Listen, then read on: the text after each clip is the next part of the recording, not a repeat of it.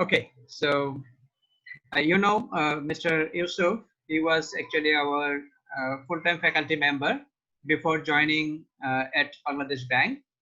He was serving at IIUC in the Department of Economics and Banking. Now he has joined Bangladesh Bank as an assistant director. Uh, so uh, after even joining Bangladesh Bank, he was with us. He was taking classes, but due to some inconveniences, we are missing him. He cannot take classes now. But still, when we face some necessity, actually we remember him. We have sought his kind service for us. We are conducting this session on econometrics, particularly on some topics like heteroscedasticity and some time series. He will talk about these topics, inshallah, and he will remain with you. You already, I think, have seen some materials have been shared from his part. Now he will talk about this topic. He will discuss them and he will remain with you, inshallah. If you face any trouble, then you can ask him. All right. So all the best and let you enjoy his lecture from Mr. Yusuf. Okay, sir. Thank you, sir. Hello. প্রিয় শিক্ষার্থীবৃন্দ, sir যে কথাটা বললো আসলে ইকোনমেটিক্স এর কয়েকটা বিষয়ের উপর আলোচনা করার জন্য আমাকে কিছুদিন আগে স্যার রিকোয়েস্ট করছিল। রিকোয়েস্টের প্রেক্ষিতে আজকে আমরা যে বিষয়টা নিয়ে আলোচনা করব সেটা হলো হেটারোস্ক্যাডাসিটি। আপনারা ইতিমধ্যে দেখছেন আমার স্ক্রিনে কিছু স্লাইড শেয়ার করছি। স্লাইড গুলো অধিকাংশ আমি অনলাইন থেকে নেওয়ার পরে কিছুটা কাস্টমাইজ করে নিয়েছি আর কি আমাদের মতো করে। তো আজকে আমরা যে বিষয়গুলো দেখব সেটা প্রথমে আউটলাইনে দেওয়া আছে নেচার অফ দি হেটারোস্ক্যাডাসিটি, এরপরে দেখব আমরা হেটারোস্ক্যাডাসিটির কনসিকুয়েন্সেস, তারপরে দেখব কিভাবে এটা ডিটেক্ট করে এবং এই সমস্যাটা কিভাবে আমরা সমাধান করতে পারি। একটা কথা বলে রাখি, এখানে যে স্লাইড গুলো আছে এগুলো গুজরাটির বইয়ের সাথে কোইনসাইড করবে আর কি। আমার কাছে আর কিছু স্লাইড ছিল যেগুলো গুজরাটি বইয়ের সাথে মিলতেছে না, যার কারণে আমি ওগুলো বাদ দিয়ে এই স্লাইড গুলো পরে রেডি করছি। আমরা পরবর্তী স্লাইডে যেটা দেখতে পাচ্ছি একটা মাল্টিপল রিগ্রেশন ইকুয়েশন আমাদের এখানে দেওয়া আছে, yi equal to beta 0 plus beta 1 xi plus beta 2 x2y plus ui। তো এটা মোটামুটি আমাদের সবারই পরিচিত। স্যার একটু কাইন্ডলি যদি প্রজেকশন মোডে নিয়ে যান, ফুল স্ক্রিন মোডে। জি জি।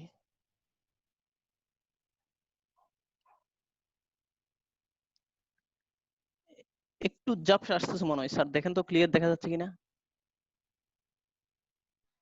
হ্যাঁ একটু ঝাপসা আসতেছে, সো বেটার আমার মনে আগের বোর্ডেই থাক, আগেরটাই থাকে। হ্যাঁ হ্যাঁ জি, এখন clear sir? It's better, yeah, thank you. তো আমরা হেটারোস্ক্যাডাসিটির কনসেপ্ট বা নেচারটা জানার আগে এখানে কয়েকটা বিষয় আমি খুব সংক্ষেপে লিখে রাখছি 2 নম্বর স্লাইডে। আমরা জানি যে কথাগুলো প্রায় সময় ইকোনমেটিক্সে রিপিট হতে থাকে, যে মাল্টিকোলিনিয়ারিটি, অটোকোরিলেশন, সিমিলটেনিটি বা এন্ডোজেনিটি আর হেটারোস্ক্যাডাসিটি। তো এইগুলোকে আমি এখানে সামারি করছি। প্রথমে যেটা দেখানো হচ্ছে যে এই রিগ্রেশন ইকুয়েশনে, অর্থাৎ মাল্টিপল রিগ্রেশন ইকুয়েশনটাতে ইন্ডিপেন্ডেন্ট ভেরিয়েবল হলো আমাদের দুইটা, x1 এবং x2। এই দুটোর মধ্যে যদি কোরিলেশন থাকে বা এদের কোভেরিয়েন্স যদি 0 না হয়, তখন আমরা সেটাকে বলে থাকি মাল্টিকোলিনিয়ারিটি। অর্থাৎ মাল্টিকোলিনিয়ারিটি হলো linear relationship among the regressor or independent variables. 2 নম্বরে যে পয়েন্টটা দেওয়া আছে সেটা হলো অটো কোরিলেশন। এটা সাধারণত টাইম সিরিজ ডেটার ক্ষেত্রে হয়ে থাকে।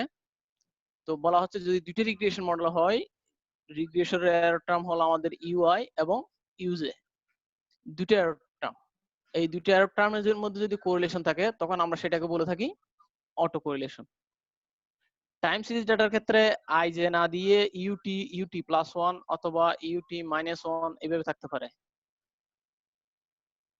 এরপরে যে প্রবলেমটা আমরা 3 নম্বরে ইনক্লুড করছি সেটা হলো covariance between ui and xi not equal to 0। এটা মূলত হলো এন্ডোজেনিটি বা সিমিলটেনিয়াস ইকুয়েশনের ক্ষেত্রে আমাদের যে সিমিলটেনিটি প্রবলেম থাকে সেটাকে রিপ্রেজেন্ট করতেছে। আর লাস্টেরটা হলো আমাদের expected value of u hat i, অর্থাৎ variance of u i equal to sigma i square, যেটাকে আমরা বলতেছি হেটারোস্ক্যাটাসিটি। অর্থাৎ ইউ এর প্রত্যেকটা মানের জন্য সিগমার ডিফারেন্ট ভ্যালু থাকবে, অর্থাৎ ইউ এর মানের পরিবর্তনের সাথে সাথে এরর ভেরিয়েন্সটা কি হয়ে যাচ্ছে, পরিবর্তন হয়ে যাচ্ছে। ক্লাসিক্যাল লিনিয়ার রিগ্রেশন মডেলের একটা অ্যাজাম্পশন ছিল যে এরর ভেরিয়েন্সটা কনস্ট্যান্ট হবে।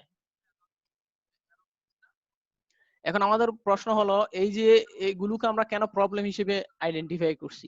প্রথমে যে প্রবলেমটা মাল্টিকোলিনিয়ারিটি, তো এটা কেন প্রবলেম? আমাদের রিগ্রেশন ইকুয়েশনে আমরা যেটা দেখতে পাচ্ছি y equal to beta 0 plus beta 1 x1 i plus beta 2 x2 i plus ui। এই রিগ্রেশন মডেলে y এর উপর x1 এর ইফেক্ট, এভারেজ ইফেক্ট মেজার করি আমরা বিটা 1 এর ভ্যালু দ্বারা। কথার কথা বিটা 1 যদি 0.5 হয়, এটার অর্থ হলো x এর মান যদি 1 ইউনিট চেঞ্জ হয় তাহলে y এর ভ্যালু চেঞ্জ হবে 0.5, অর্থাৎ x এর চেঞ্জের কারণে y এর উপর ইফেক্ট পড়তেছে 0.5। অনুরূপভাবে y এর উপর x2 এর ইফেক্ট আমরা মেজার করি বিটা 2 এর মাধ্যমে, অর্থাৎ বিটা 2 দেখাবে যে x2 এর মান 1 ইউনিট চেঞ্জ হলে y এর ভ্যালু কতটুকু চেঞ্জ হবে। তো এই ক্ষেত্রে বিটা 1 বিটা 2 যদি x1 এবং x2 এর ইফেক্ট শো করে তাহলে প্রশ্ন হলো বিটা 0টা কি দেখাচ্ছে। তো বিটা 0টা মূলত মেজার করতেছে y এর উপর আদার্স যে ভেরিয়েবল গুলো আছে যেগুলো মডেল ইনক্লুড করা হয় নাই, অর্থাৎ যে ভেরিয়েবল গুলোকে আমরা ইউআই দ্বারা ডিনোট করছি সেটার ইফেক্ট। তো আমাদের যদি সামারি করি বিষয়টা হচ্ছে বিটা 0 দেখাচ্ছে y এর উপর ইউ এর এভারেজ ইফেক্ট, বিটা 1 দেখাচ্ছে y এর উপর x1 এর ইফেক্ট, বিটা 2 দেখাচ্ছে y এর উপর x2i এর ইফেক্ট। তাহলে মাল্টিকোলিনিয়ারিটি এই জন্য সমস্যা যখন x1 এবং x2 কোরিলেটেড হয়। এখন যেভাবে আমরা বলতেছি y এর উপর x1 এর ইফেক্ট হলো বিটা 1, y এর উপর x2 এর ইফেক্ট হলো বিটা 2। তো এখন যদি x1 এবং x2 দুইটা কোরিলেটেড হয় তখন এই বিটা 1 এবং বিটা 2 এর ভ্যালুটাকে আলাদা করা যাবে না, অর্থাৎ y এর উপর x1 এবং x2 এর প্রভাবটাকে আলাদা করা যাবে না। এই জন্য এটা একটা সমস্যা। অনুরূপভাবে অটো কোরিলেশন সমস্যা। অটো কোরিলেশনটা হলো কি ইউআই এবং ইউজে এর মধ্যে কোরিলেশন, অথবা ut+1 এর মধ্যে কোরিলেশন। আমরা বললাম যে বিটা 0 দেখাচ্ছে y এর উপর ইউ এর এভারেজ ইফেক্ট। এখন যদি ইউআই এবং ইউজে কোরিলেটেড হয় তাহলে বিটা 0 যে ভ্যালুটা পাবো সেটা অ্যাকচুয়াল ভ্যালুর সমান হবে না, অর্থাৎ সেটা y এর উপর ইউ এর এভারেজ ইফেক্টটাকে শো করবে না। 3 নাম্বার হলো covariance between u i and xi। Sir auto কোরিলেশনটা স্যার আবার একটু বলুন, অটো কোরিলেশনটা স্যার এটা অটো কোরিলেশনের ক্ষেত্রে হলো যদি আমাদের ইউআই এবং ইউজে এর মধ্যে কোরিলেশন থাকে তা আমরা বললাম যে বিটা 0 মেজার করতেছে y এর উপর ইউ এর এভারেজ ইফেক্ট ইউআই। অনুরূপভাবে ইউ যে এর ইফেক্টটা মেজার করবে আরেকটা বিটা 2। যদি আমরা দুইটা রিগ্রেশন অনুরূপ দুইটা রিগ্রেশন মডেল বিবেচনা করি, ধরেন এটা আই দ্বারা দেখালাম, এর নিচে একটা রিগ্রেশন লিখলাম y যে ইকুয়াল টু, ধরেন এখানে আমি এটাকে কপি করে আমি এখানে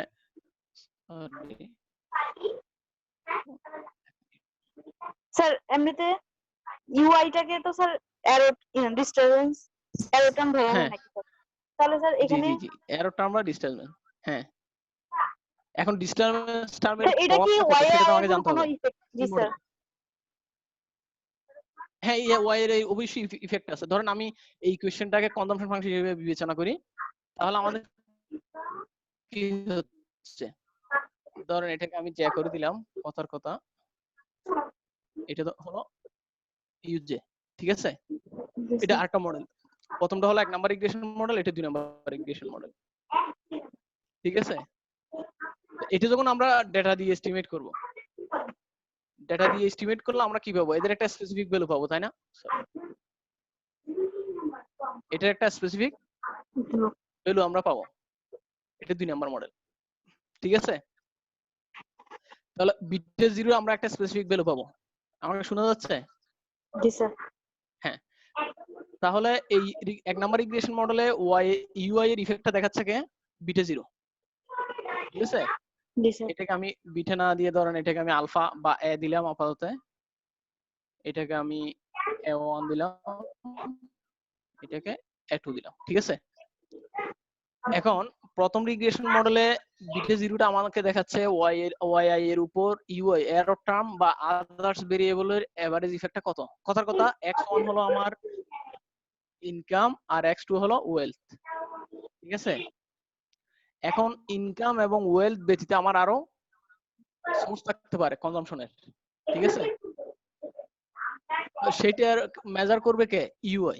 সেটার প্রভাব যখন আমরা মডেল এস্টিমেট করব তখন পাবো সেটা বিটা 0 এর মাধ্যমে। অনুরূপভাবে 2 নাম্বার রিগ্রেশন মডেলে S0 যে ভ্যালুটা হবে সেটা দেখাবে কি? ইউজে এর ইফেক্ট, ওয়াই জে এর উপরে ইউজে এর ইফেক্ট। এখন যদি আমাদের ইউআই এবং ইউজে কোরিলেটেড হয় তখন আমাদের এই বিটা 0 এবং S0 যে ভ্যালুগুলো পাবো সেগুলো কি হবে না? অ্যাকচুয়াল ভ্যালু হবে না। কারণ এই দুইটার কোরিলেশনের কারণে এই ভ্যালুগুলো ওভার এস্টিমেটেড হতে পারে, আন্ডার এস্টিমেটেড হতে পারে, অর্থাৎ ভ্যালুগুলো বেশি হতে পারে অথবা কম কম হতে পারে। হতে পারে। এতটুকু ক্লিয়ার? জি স্যার, বুঝছি। আচ্ছা, এরপরে আমরা 3 নম্বরে যে সিমিলটেনিটি বা এন্ডোজেনিটি প্রবলেমটা নিলাম সেটা বলা হচ্ছে ইউ এর সাথে কি এক্স এর কোরিলেশন। ওই সেম, আগে আমরা ইউ এর সাথে ইউ এর এক্স এর সাথে এক্স এর বলছি, আর এখন হলো ক্রস ইউ এর সাথে কি এক্স এর কোরিলেশন। আমরা বলেছিলাম যে ইউ এর ইফেক্টটা হলো বিটা 1 দ্বারা বা A0 দ্বারা আমরা বিটা 0 বা A0 দ্বারা মেজার করব, আর এক্স এর ইফেক্ট গুলো আমরা বিটা 1 বিটা 2 অথবা A1 A2 দ্বারা মেজার করব। অর্থাৎ প্রত্যেকের ইফেক্টটা আলাদা আলাদা ভাবে আমরা মেজার করতেছি, কিন্তু যখন দুইটা কোরিলেটেড হয় তখন আমাদের এই ইফেক্ট গুলো কি হয়ে যায়? ওভার এস্টিমেটেড বা আন্ডার এস্টিমেটেড হয়ে যায়। এই জন্য এটা সমস্যা। এবং সর্বশেষ যেটা আমাদের আজকের আলোচনার বিষয়, হেটারোস্ক্যাটাসিটি। হেটারো মানে নরমালি কি আনইকুয়াল, আর সিডেস্টিসিটি বা ক্যাটাস্টিসিটি মানে হলো স্প্রেড বা ভেরিয়েবিলিটি। আমরা পরবর্তী স্লাইডে আমাদের এখানে আছে যে এর আগে ছিল হোমোস্ক্যাটাসিটি। হোমো মানে ইকুয়াল আর স্ক্যাটাসিটি মানে হলো স্প্রেড অর ভেরিয়েবিলিটি। তো হেটারো মানে হলো আনইকুয়াল, এখানে হোমোটা লেখা আছে। তাহলে এটা যদি আমাদের কি হয় হেটারো লিখি তখন এটা কি হয়ে যাবে? আনইকুয়াল। আনইকুয়াল, জাস্ট এটাই।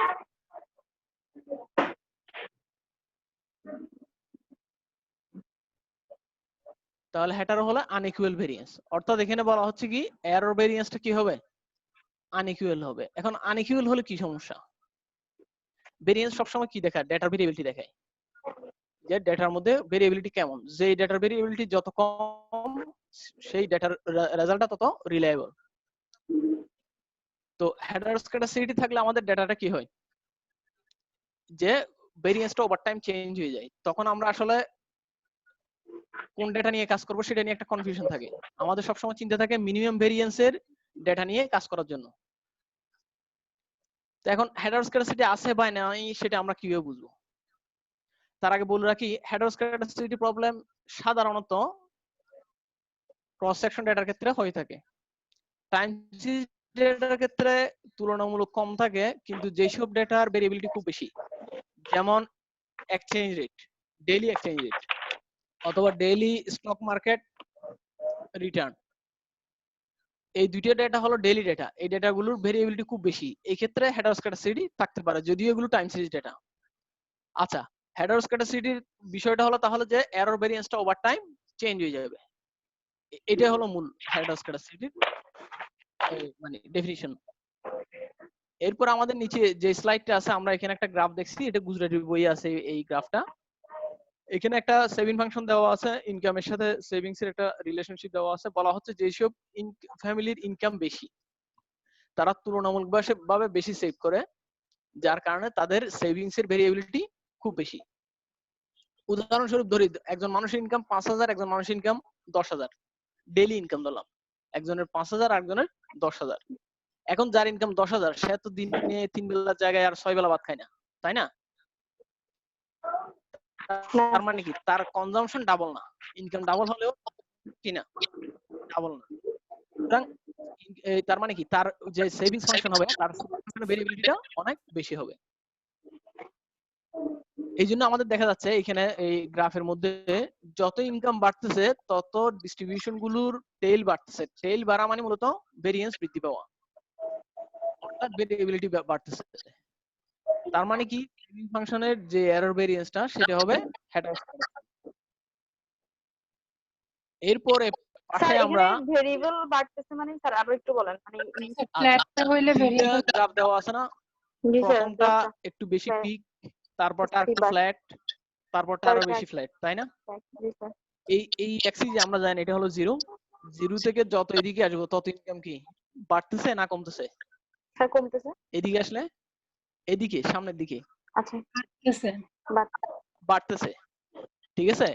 এদিকে যত আমাদের অ্যাক্সিস থেকে দূরে যাচ্ছি এটা হলো 0, ইজি তো, জাস্ট 2 ডাইমেনশনাল গ্রাফ কনসিডার করো যে এটা হলো 0, 0 থেকে যত দূরে যাব তত কি ইনকাম বাড়তেছে, ঠিক আছে? তাহলে ইনকাম যদি বাড়তে থাকে দেখা যাচ্ছে আমার ডিস্ট্রিবিউশন এই যে টেইল ফ্ল্যাট হয়ে যাচ্ছে, ফ্ল্যাট হয়ে যাওয়া মানে কি আমার টেইলটা বাড়তেছে, মানে ভেরিয়েবিলিটি বাড়তেছে। এতটুকু বুঝা গেছে? জি স্যার। আচ্ছা, মানে স্যার ইনকামের এরপর বলা হচ্ছে যে নাকি ইনকাম বৃদ্ধির কারণে আমার সেভিংস এর ভেরিয়েবিলিটি বাড়তেছে। সেভিংস এর ভেরিয়েবিলিটি আমার হ্যাঁ সেভিংস, এই যে এটা হলো সেভিং ফাংশন, সেভিং ফাংশনের ডিস্ট্রিবিউশন হলো এটা। তিনটে ইনকাম লেভেলে ধর এটা 5,000, এটা 10,000, এটা 15,000, তিনটে ইনকাম লেভেলে আমার সেভিংস এর ডিস্ট্রিবিউশন হলো এই তিনটা। এতটুকু ক্লিয়ার?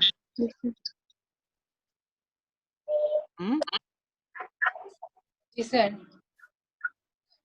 আচ্ছা, এরপরে বলা হচ্ছে কি কি কারণে হেটারোস্কেডাসিটির সৃষ্টি হয় বা হতে পারে, ঠিক আছে? প্রথমে বলা হচ্ছে 1 নম্বরে দেখেন এরর লার্নিং মডেল, ঠিক আছে? এটার উদাহরণ হিসেবে এখানে দেওয়া আছে টাইপিং প্র্যাকটিস। কম্পিউটারে যখন আমরা টাইপ করতে যাই, ঠিক আছে, যত বেশি টাইপ করি, যত বেশি প্র্যাকটিস করি তত আমাদের ভুল কি হয়ে যায়, কমে যায়, ঠিক আছে? যত বেশি প্র্যাকটিস করি তত আমাদের টাইপিং এর ভুলের পরিমাণটা কমে আসে। এই জন্য ভুলের পরিমাণ কমে আসার সাথে সাথে কি কমে যায়, ভেরিয়েন্সটা কমে যায়, ঠিক আছে? তাহলে একটা হলো এরর লার্নিং বিহেভিয়ার যে মডেলগুলো আছে, যেমন ড্রাইভিং এর ক্ষেত্রে হতে পারে, প্রথম দিকে ড্রাইভিং করতে গেলে অ্যাক্সিডেন্টের সম্ভাবনা খুব বেশি থাকে, ঠিক আছে? তারপর ড্রাইভিং এ যত বেশি প্র্যাকটিস করবে আস্তে আস্তে কি ওই পসিবিলিটিটা কমে যাবে। এরপর 2 নাম্বার যেটা আমরা গ্রাফে দেখাইছি যে মানুষের ইনকাম বাড়ার সাথে সাথে তার সেভিং বিহেভিয়ারটা চেঞ্জ হয়ে যায়, এটা 2 নম্বরে বলা আছে। 3 নম্বরে বলা হচ্ছে ডাটা কালেকশন টেকনিক। তোমরা হয়তো আগে দেখছো যে টাইপ মেশিনে যখন টাইপ করা হয় তখন প্রত্যেকটা লেটার বা প্রত্যেকটা অ্যালফাবেট অনুযায়ী কি করা হয়, টাইপ করা হয়, এবং একবার যদি ভুল হয়ে যায় সেটা আর মোছার সুযোগ থাকে না। এরপরে এখন যেহেতু কম্পিউটার আসছে, এখন আমরা কম্পিউটারে টাইপ করি, এখানে আমাদের সুবিধা কি, আমরা গ্রামার চেক করতে পারি, তারপর ভুল হলে সেটা আবার মুছে ফেলতে পারি, ঠিক আছে? তাহলে এটা হলো কি ডাটা কালেকশন টেকনিকটা ইমপ্রুভ করছে। তাহলে ডাটা কালেকশন টেকনিক ইমপ্রুভ করার কারণে আমাদের কি ভুলের পরিমাণটা কমে আসছে। টাইপ মেশিনে যে পরিমাণ ভুল হতো বা যেখানে ভুলটা এডিট করার সুযোগ ছিল না, কম্পিউটারে সেই ভুলের পরিমাণটাও কমে আসছে এবং সেটা কি কারেকশনেরও সুযোগ আছে। তো ডাটা কালেকশন টেকনিক যদি ইমপ্রুভ হয় তাহলে ভেরিয়েন্সটা কমে আসবে, অর্থাৎ ভেরিয়েন্সটা হেটারোস্কেডাস্টিক হবে। হেটারোস্কেডাস্টিকের ক্ষেত্রে ভেরিয়েন্স শুধু কমবে এটা না, বাড়তেও পারে কমতেও পারে, চেঞ্জ হওয়া দুটোই হতে পারে আর কি। এতটুকুতে কারো প্রশ্ন আছে আর? আপনারা কি শুনতে পাচ্ছেন? জি স্যার। আচ্ছা, এতটুকুতে কোনো প্রশ্ন আছে আর? না স্যার। আচ্ছা, তাহলে আমি আরেকটু সামনে যাচ্ছি। আচ্ছা, এরপর আরো 3-4টা রিজন এখানে আছে। 4 নম্বরে বলা হচ্ছে আউটলায়ার। আউটলায়ার মানে হলো কি, এখানে ডেফিনিশনটা বলা হচ্ছে an observation that is much different than other observation in the sample। আর একটু সহজ করে আমি একটা এক্সাম্পল দিয়ে বোঝানোর চেষ্টা করি। ধরেন এখানে কিছু আমি সংখ্যা লিখলাম 2 4 6, ঠিক আছে, আমি স্পেস দিয়ে লিখি একটু 6 8, আরেকটা লিখলাম 100। তাহলে এখানে আউটলায়ার কত? এখানে আউটলায়ার কত কোনটা? কেউ একজন রেসপন্স করেন। 100 100 কেন? কারণ 2 4 8 হ্যাঁ, ডিফারেন্ট আদার্স অবজারভেশন থেকে অনেক বেশি বড়, তাই না? এরকম যখন কোনো অবজারভেশন আসবে, এটা তো সবসময় পজিটিভ হবে এমন না, এটা হতে পারে -100, কথার কথা, ধরুন এটা -100, ঠিক আছে। তাহলে এই ধরনের কোনো অবজারভেশন যখন স্যাম্পলে ইনক্লুড করা হয় বা স্যাম্পল থেকে বাদ দেওয়া হয়, তখন ভেরিয়েন্সটা চেঞ্জ হয়ে যায়, অর্থাৎ ভেরিয়েন্সটা হেটারোস্ক্যালাস্টিক হয়। তাহলে যদি আমাদের স্যাম্পলের মধ্যে আউটলায়ার থাকে, তাহলে আমাদের কি হতে পারে? ভেরিয়েন্সটা হেটারোস্ক্যালাস্টিক হতে পারে। এরপরে বলা হচ্ছে কি স্পেসিফিকেশন এরর। আপনারা হয়তো পড়ছেন এর আগে স্পেসিফিকেশন এরর চ্যাপ্টার, মনে আছে কারো? স্পেসিফিকেশন এরর মানে আমি একটা মডেল, যেমন আমাদের আগের মডেলটাতে যাই আমরা, ধরেন আমাদের আগের মডেলে ভেরিয়েবল ছিল কয়টা? 3টা, ঠিক আছে। ধরেন আমি মডেল এস্টিমেট করলাম এটা a3 x3i, কথার কথা।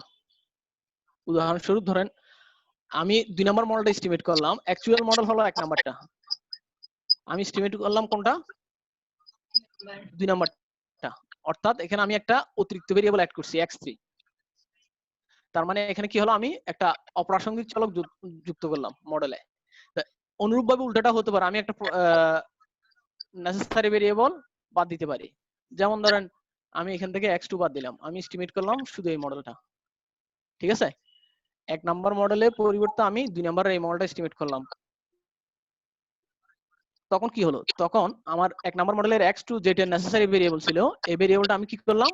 অমিট করলাম। সেটাও স্পেসিফিকেশন এরর। মানে একটা মডেল এস্টিমেট করতে গিয়ে যত ধরনের ভুল হয়, টোটাল 5 ধরনের ভুল হয়। একটা হলো আমরা প্রথমে দেখালাম, এখন যেটা আছে সেটা হলো অমিটিং নেসেসারি ভেরিয়েবল। x2 হলো আমার নেসেসারি ভেরিয়েবল, কিন্তু এটা আমি অমিট করলাম। কথাগুলো ভেঙে ভেঙে আসতেছে, একটু স্যার ডিস্টার্ব করতেছেন একটু। জি স্যার, নেটওয়ার্কের সমস্যা স্যার, হয়তো। কথাগুলো এরপর আমরা প্রশ্ন করি, না বুঝলে একটু প্রশ্ন করি। আচ্ছা, একটু রিপিট করতেছি, আমি বললাম স্পেসিফিকেশন এরর টোটাল 5 প্রকার। 1 নাম্বার হলো অমিটিং রিলেভেন্ট ভেরিয়েবল। যেমন এই যে আমাদের এখন স্লাইডে যে এক্সাম্পলটা দেওয়া আছে, x2 ভেরিয়েবলটা আমি 2 নম্বর মডেলে বাদ দিয়ে দিয়েছি, ঠিক আছে। এরপর কি হতে পারে? Including unnecessary variable. যেমন একটু আগে আমি x3 ভেরিয়েবল অ্যাড করছিলাম। এরপর 3 নাম্বার ভুল হতে পারে, সেটা হলো এই মডেলটাতে ধরেন সম্পর্কটা হলো এটা ছিল x স্কয়ার, আমি সেটাকে x স্কয়ার না লিখে কি লিখলাম? x স্কয়ার না লিখে জাস্ট লিনিয়ার হিসেবে লিখে দিলাম, যে আমি একটা কোয়াড্রেটিক রিগ্রেশনকে লিনিয়ার রিগ্রেশন হিসেবে লিখে ফেললাম। তাহলে 3টা গেল। 4 নাম্বার হলো মেজারমেন্ট এরর, অর্থাৎ ক্যালকুলেশনের ক্ষেত্রে যদি কোনো ভুল হয়ে থাকে, মডেলটা এস্টিমেট করতে গিয়ে যদি আমি কোনো ভুল করি, সেটা হলো মেজারমেন্ট এরর। আর 5 নাম্বার হলো miss specification of error term. যেমন এরর টার্ম এখানে অ্যাডিটিভ ফর্মে আছে, আমি এখানে এটাকে মাল্টিপ্লিকেটিভ ফর্মে নিয়ে আসলাম, যে x2 এর সাথে ইউআই গুণ আকারে আছে। তাহলে এই টোটাল 5 প্রকার হলো স্পেসিফিকেশন এরর। যদি মডেলের এরকম স্পেসিফিকেশন এরর থাকে, বলা হচ্ছে এই ক্ষেত্রে ভেরিয়েন্সটা হেটারোস্ক্যালাস্টিক হবে। 5 নাম্বার কারণে এটা বলা হচ্ছে।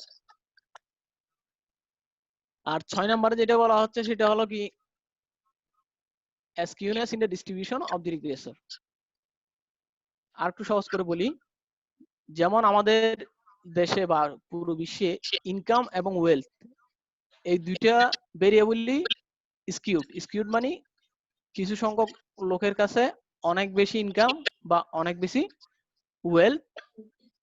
ওয়েলথের মালিকানা আছে, আর অধিকাংশ মানুষের ক্ষেত্রে সমাজের মাত্র 10% বা অর্থাৎ 80% মানুষের কাছে মানুষের টোটাল মালিকানা হলো 20%, আর ওদিকে 5% বা 10% মানুষের কাছে সমাজের 70 থেকে 80% সম্পদের মালিকানা। যদি এই ধরনের ভেরিয়েবল গুলো আমাদের রিগ্রেশন মডেলে ইনক্লুড করি, যে ভেরিয়েবল গুলোর ডিস্ট্রিবিউশন গুলো স্কিউ, তাহলে এই ক্ষেত্রে আমাদের ভেরিয়েন্সটা হেটারোস্ক্যাটাস্টিক হবে। এরপর 7 নম্বরে যেটা বলা হচ্ছে ডাটা ট্রান্সফরমেশন। ডাটা ট্রান্সফরমেশন বলতে এটা আমরা অটো কোরিলেশনে একটু পড়বো, যখন অথবা মাল্টিকুলিনিটি হয়তো আমরা পড়ছেন যে মডেলে মাল্টিকুলিনিয়ারিটি থাকলে আমরা কি করি, যে এটাকে ফার্স্ট ডিফারেন্স অথবা রেশিও ট্রান্সফরমেশন করলে মাল্টিকুলিনিয়ারিটি কমে যায়। এখন মাল্টিকুলিনিটি সমস্যার সমাধান করতে গিয়ে অনেক সময় হেটারোস্ক্যাটাসিটি প্রবলেম সৃষ্টি হয়। এই কথাটা বলা হচ্ছে আমাদের 7 নম্বরে। এরপরের স্লাইডে যে কথাটা আমি আগে বললাম যে heteroscedasticity is likely to be more common in cross section data, এখানে ক্রস শব্দটা চলে গেছে, দেন ইন টাইম সিরিজ ডেটা। বলা হচ্ছে ক্রস সেকশন ডেটার ক্ষেত্রে আমাদের হেটারোস্ক্যাটাসিটি থাকার সম্ভাবনা বেশি। এই দুইটা কথা নিচে আর একটু ব্যাখ্যা করা হয়েছে। তাহলে এই হলো আমাদের টোটাল হেটারোস্ক্যাটাসিটি নেচার এবং কজেস, যে হেটারোস্ক্যাটাসিটি কি আর কি কি কারণে হেটারোস্ক্যাটাসিটির সৃষ্টি হয়। এতটুকুতে কারো প্রশ্ন আছে?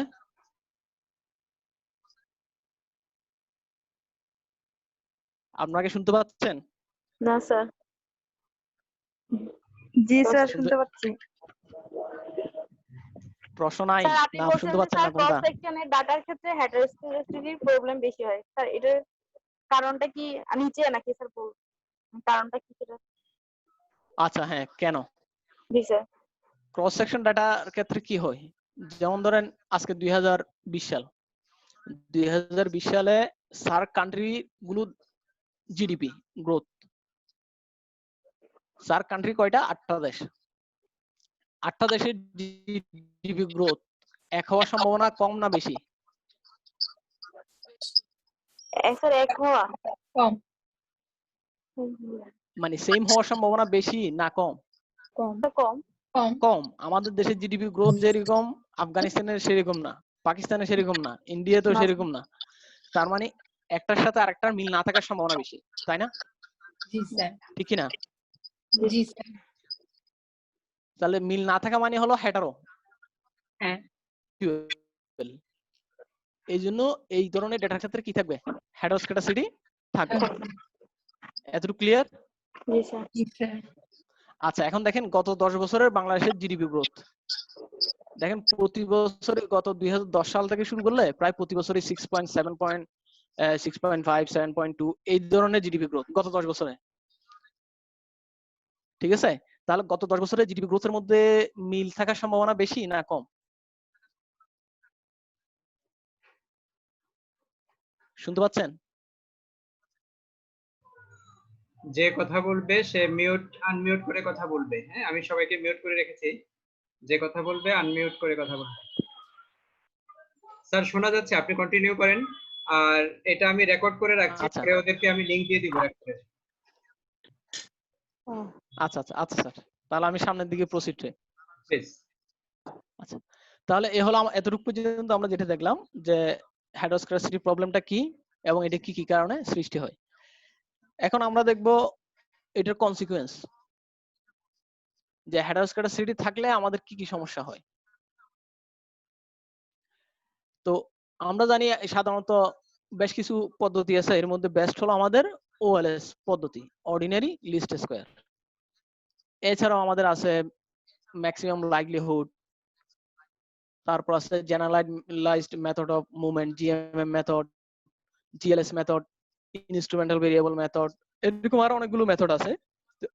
সবগুলো মেথডের মধ্যে আমাদের সবচেয়ে সুইটেবল হলো ওএলএস, অর্ডিনারি লিস্ট স্কয়ার। কারণটা হলো এই পদ্ধতিতে আমাদের এররটাকে মিনিমাইজ করা হয়। তো এখন যদি মডেলে হেড অফ স্ক্যাটারসিটি থাকে তাহলে ওএলএস এস্টিমেশনে কি কি সমস্যা হতে পারে? নিচে আমাদের একটা এক্সাম্পল দেওয়া আছে যে y = β1 + β2 x প্লাস ইউআই। এই মডেলের β2 এর ভেরিয়েন্স এবং β2 এর এস্টিমেটেড ভ্যালুর ফর্মুলা দেওয়া আছে। দেখা যাচ্ছে এখানে যে ভেরিয়েন্সের ফর্মুলা আছে নরমালি আপনারা চ্যাপ্টার 3 তে যেটা পড়ছেন ওই ফর্মুলার সাথে অনেকটা মিলে, একটু ডিফারেন্স আছে সেটা আমি বলতেছি। এখানে দেখেন sum of x square into sigma s square divide by sum of x square into sigma s square. এর নিচে দেওয়া আছে sum of x square whole square. এখন যদি সিগমাটা যদি কনস্ট্যান্ট হয় এখান থেকে সাম অফ x স্কয়ার আর এখান থেকে কি sum of x square cross হয়ে যাবে, আর থাকবে শুধুমাত্র sigma square divide by sum of x square. অর্থাৎ যখন আমি ওএলএস এস্টিমেশনে হেড অফ স্ক্যাটারসিটিকে কনসিডারেশনে রাখবো না তখন ভেরিয়েন্সের ফর্মুলা হবে sigma square divide by sum of x square, আর কিছু থাকবে না এখানে। তাহলে এই ফর্মুলাটা কি? এই ফর্মুলাটা হলো মডেলে হেড অফ স্ক্যাটারসিটি আছে সেটা ধরে নেওয়ার পরে যদি আমরা এস্টিমেট করি তাহলে আমাদের ভেরিয়েন্সের ফর্মুলা হবে এটা। এই ফর্মুলা ব্যবহার করার পরেও বলা হচ্ছে কি যে আমরা যে এস্টিমেটর গুলো পাবো সেগুলো কি হবে? লিনিয়ার হবে, আনবায়াসড হবে, কনসিস্টেন্ট হবে, কিন্তু কি হবে না? নো লঙ্গার বেস্ট, অর্থাৎ এদের ভেরিয়েন্সটা মিনিমাম হবে না। তাহলে যদি মডেলে হেড অফ স্ক্যাটারসিটি থাকে আমরা ওএলএস পদ্ধতি ব্যবহার করলে আমাদের রেজাল্টটা ব্লু হবে না, অর্থাৎ বেস্ট, লিনিয়ার, আনবায়াসড এস্টিমেটর হবে না। তাহলে প্রশ্ন হলো এক্ষেত্রে আমরা কোন মেথড ইউজ করব বা কোন মেথড ইউজ করলে আমাদের রেজাল্টটা ব্লু হবে? জিএলএস। হ্যাঁ একটু বলেন। জিএলএস, হ্যাঁ গুড। জিএলএস এর পরের স্লাইডে আমাদের বলা হচ্ছে জেনারেলাইজড লিস্ট স্কয়ার। তো জিএলএস টা মূলত কি? এটা হলো ওএলএস এর একটা ট্রান্সফর্ম রূপ, আর কিছু না। যে জিএলএস টা হলো মূলত কি? OLS in transform model. তাহলে এটা কিভাবে হয় যে এই রিগ্রেশন মডেলটাকে একটু রিরাইট করছি আমরা। এই পাশে দেখেন যে β1 প্লাস β2 xi প্লাস ইউআই, এটার সাথে এটাকে একটু রিরাইট করে নিলাম β1 plus x0i plus x2 sorry β2 xi plus u i. তো এখন বলতে পারেন যে স্যার x0i এটা কোথায় থেকে আসছে? ঠিক আছে, এখানে বলে একটা নোট দেওয়া আছে, আমরা গুজরাটি বই দেখবেন, এখানে লেখার সুযোগ হয় নাই যে x0i এর ভ্যালু হলো 1। তাহলে x0i এর ভ্যালু যদি 1 হয় তাহলে এটা আর এটার মধ্যে কোনো পার্থক্য নাই। এখন যদি জিএলএস আমরা কখন ব্যবহার করতে পারবো? আমরা মানে হেড অফ স্ক্যাটারসিটি আছে এটা দেখলেই আমরা জিএলএস ব্যবহার করতে পারবো না। কারণ জিএলএস ব্যবহার করার জন্য আমাদের যে হেড অফ স্ক্যাটারসিটিক ভেরিয়েন্স অর্থাৎ এই যে সিগমা আই স্কয়ার যেটা আমরা লিখছি সিগমা আই স্কয়ার, এটা আমাদের কি থাকতে হবে? এটা আমাদের জানা থাকতে হবে। এই সিগমা এর ভ্যালু যদি জানা থাকে তাহলে এই সিগমা আই দ্বারা যখন আমরা টোটাল ইকুয়েশনটাকে ভাগ করব, এখানে দেখেন y divide by sigma i, x not divide by sigma i, x i divide by sigma i, ui divide by sigma i. তাহলে এই মডেলের এই যে ট্রান্সফর্ম মডেল এটার অ্যারো টার্ম হলো কোনটা? এই অংশটা u divide by sigma i. দেখেন এর পরের লাইনে variance of the transform disturbance term, এটা বলে নিচে দেখা আছে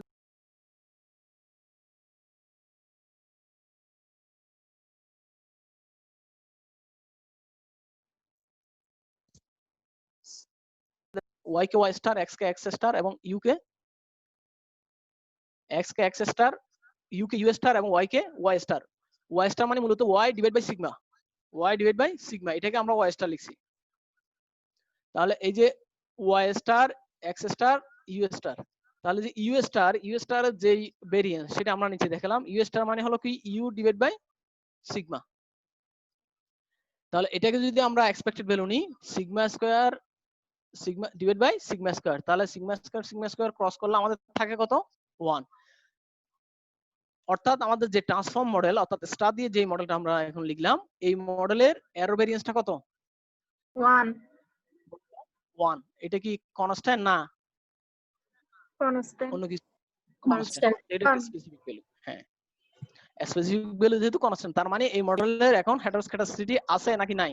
9 9. ঠিক আছে, এরপর তাহলে আমরা আর সামনে যাই। তাহলে জিএলএস এ আমরা কি করি? আগে তো আমরা দেখালাম যে মডেলটাকে ট্রান্সফর্ম করি। ট্রান্সফর্ম মডেলকে এখানে একটু দেখানো হচ্ছে যে ওএলএস এ যেভাবে আমরা সাম অফ ইউআই স্কয়ার কে মিনিমাইজ করি, এখানেও আমরা সাম অফ ইউআই স্কয়ার কে মিনিমাইজ করতেছি, কিন্তু এখানে ইউআইটা হলো ইউ ডিভাইড বাই সিগমা, অর্থাৎ ওয়েটেড একটা ওয়েট দেওয়া আছে, ওয়েটেড ইউআই কে আমরা এখানে মিনিমাইজ করতেছি। এরপরে এখানে বিটা 1 এর ফর্মুলা কি হবে এবং বিটা 2 এর ভেরিয়েন্স এর ফর্মুলা কি হবে সেটা দেওয়া আছে, জাস্ট এখানে আর তেমন কিছু দরকার নাই। এরপর এখানে বলা হচ্ছে ওই যে ওএলএস এর যে সমস্যাটা হয় সেটা তো আমরা আগে বলে ফেলছি, এখানে একটু বলা হচ্ছে যখন আমাদের কি হবে ভেরিয়েন্সটা অ্যাকুরেট হবে না, তখন আমরা যে এস্টিমেট গুলো পাবো সেগুলো ওভার এস্টিমেট হতে পারে, আন্ডার এস্টিমেট হতে পারে, এই কথাটা আমরা একটু আগে বলছি। এখন ওভার এস্টিমেট আন্ডার এস্টিমেট হওয়ার অর্থ হলো বায়াস হওয়া, এবং এই বায়াসনেসটা পজিটিভ হলে ওভার এস্টিমেট হবে আর নেগেটিভ হলে আন্ডার এস্টিমেট হবে। তো যেহেতু আমাদের ভেরিয়েন্সটা অ্যাকুরেট না, সুতরাং আমাদের যে কনফিডেন্স ইন্টারভাল, যে টি টেস্ট, যে এফ টেস্ট ইউজ করব সেগুলো কি হবে না, রিলায়েবল হবে না।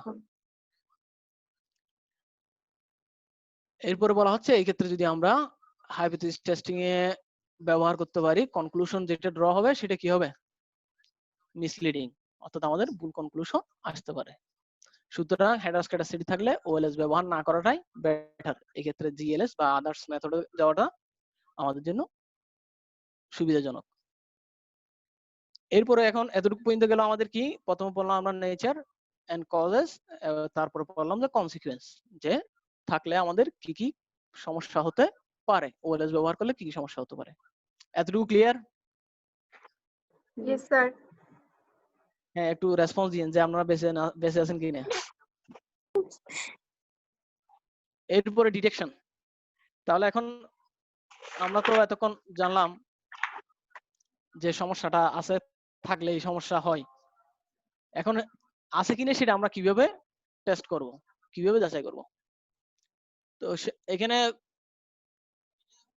কোনো হার্ড এন্ড ফাস্ট মানে একদম ধরা বাঁধা কোনো নিয়ম নাই যে এই একটা নিয়ম এইভাবে করলেই জানতে পারবেন, বিষয়টা এরকম না। তো এখানে কতগুলো ফর্মাল আর একটা ইনফর্মাল মেথড। ফর্মাল মানে হলো যে মেথড গুলো বিভিন্ন ব্যক্তি বা পরিসংখ্যানবিদ বা ইকোনোমেট্রিশিয়ান দিয়েছে, সেগুলোকে বলা হচ্ছে ফর্মাল মেথড। আর ইনফর্মাল মেথড মানে হলো গ্রাফ, যে কোনো প্রবলেম, সেটা মাল্টিকোলিনিয়ারিটি হোক, হেটারোস্ক্যাটাসিটি হোক, অটো কোরিলেশন হোক, স্পেসিফিকেশন এরর হোক, যে কোনো প্রবলেম আইডেন্টিফাই করার সবচেয়ে ইজি ওয়ে হলো গ্রাফ করা। এখন কথা হলো কার সাথে কার গ্রাফ করব, গ্রাফ তো করব, এখন কোন ভেরিয়েবলের সাথে কোন ভেরিয়েবলের গ্রাফটা করতে হবে। অটো কোরিলেশনের ক্ষেত্রে কোন ভেরিয়েবলের সাথে কোন ভেরিয়েবল হবে একটু বলেন তো। auto correlation হ্যাঁ, অটো কোরিলেশনের ক্ষেত্রে এই যে দুইটা গ্রাফ, এই যে গ্রাফের দুইটা অ্যাক্সিস উপরে আর নিচে, কোন পাশে কোন ভেরিয়েবল হবে, ui কোভেরিয়েন্সের ফর্মুলাতে আছে, একটু সহজ করে দিলাম। uj হ্যাঁ, ইউআই ইউজে, এক পাশে থাকবে ইউআই আর এক পাশে থাকবে ইউজে, uj অর্থাৎ এক পাশে থাকবে ইউটি অথবা ইউটি মাইনাস 1 আর এক পাশে থাকবে ইউটি মাইনাস 1, এই ধরনের। তাহলে মাল্টিকোলিনিয়ারিটির ক্ষেত্রে কি থাকবে, xi xi x2i নাকি হ্যাঁ x1i x2i, অর্থাৎ দুই পাশে দুইটা x এর ভ্যালু আসবে। তাহলে এখন কথা হলো মাল্টিকোলিনিয়ার সরি আমাদের হেটারোস্ক্যাটাসিটির ক্ষেত্রে কার সাথে কার আসবে। এখানে দুইটা মেথড আছে, একটা হলো আপনি y এর সাথে u এর অথবা x এর সাথে u এর, estimated x sorry estimated y এর অ্যাকচুয়াল ভ্যালু অথবা এস্টিমেটেড ভ্যালু। দেখেন উপরে দেওয়া আছে আমাদের ইউআই স্কয়ার আর নিচে দেওয়া আছে y বা y ক্যাপ, y অথবা y ক্যাপ, নিচে 5টা গ্রাফ দেওয়া আছে। আপনারা দেখেন প্রথম গ্রাফটা কি ফ্ল্যাট না, একদম হরাইজন্টাল, ঠিক আছে। জি স্যার আর এরপরটা হলো আপওয়ার্ড পজিটিভ রিলেশন, এর পর দুইটাই পজিটিভ। এরপরটা হলো কিসের মতো, পাহাড়ের মতো, ঠিক আছে, কোয়াড্রেটিক রিলেশন। তারপরটা হলো কি কার্ভ, তাও আপওয়ার্ড স্লোপিং কার্ভ। এখন বলেন এখানে কোনটাতে অটো হেটারোস্কেডাসিটি নাই মনে হয়, কোনটাতে নাই?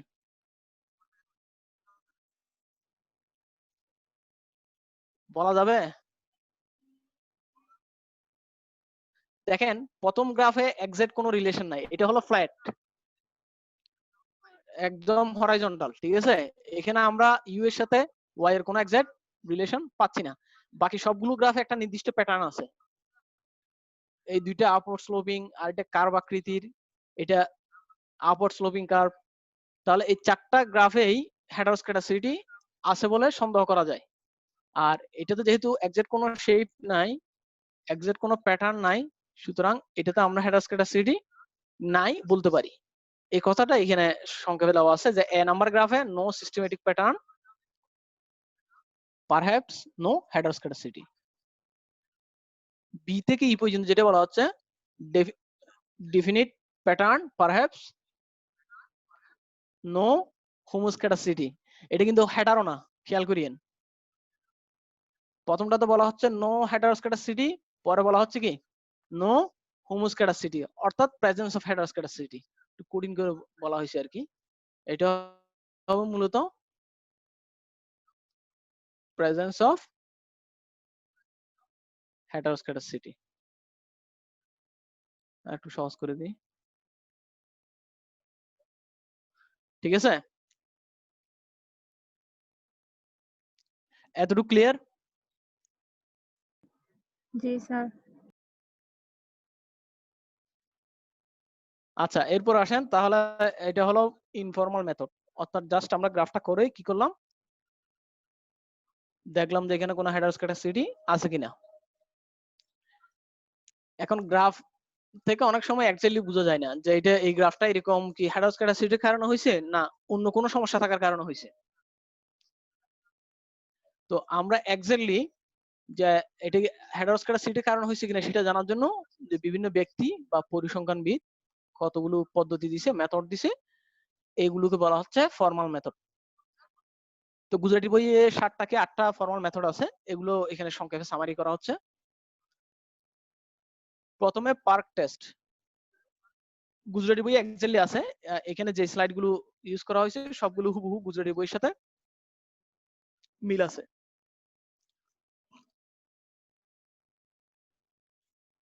পার্ক টেস্টে বলা হচ্ছে কি সিগমা আই স্কয়ার এক্স এর সাথে কি প্রপোর্শনালি রিলেটেড, এই অ্যাজাম্পশনটা নেওয়া হয়েছে যে sigma i square is directly proportional to x I.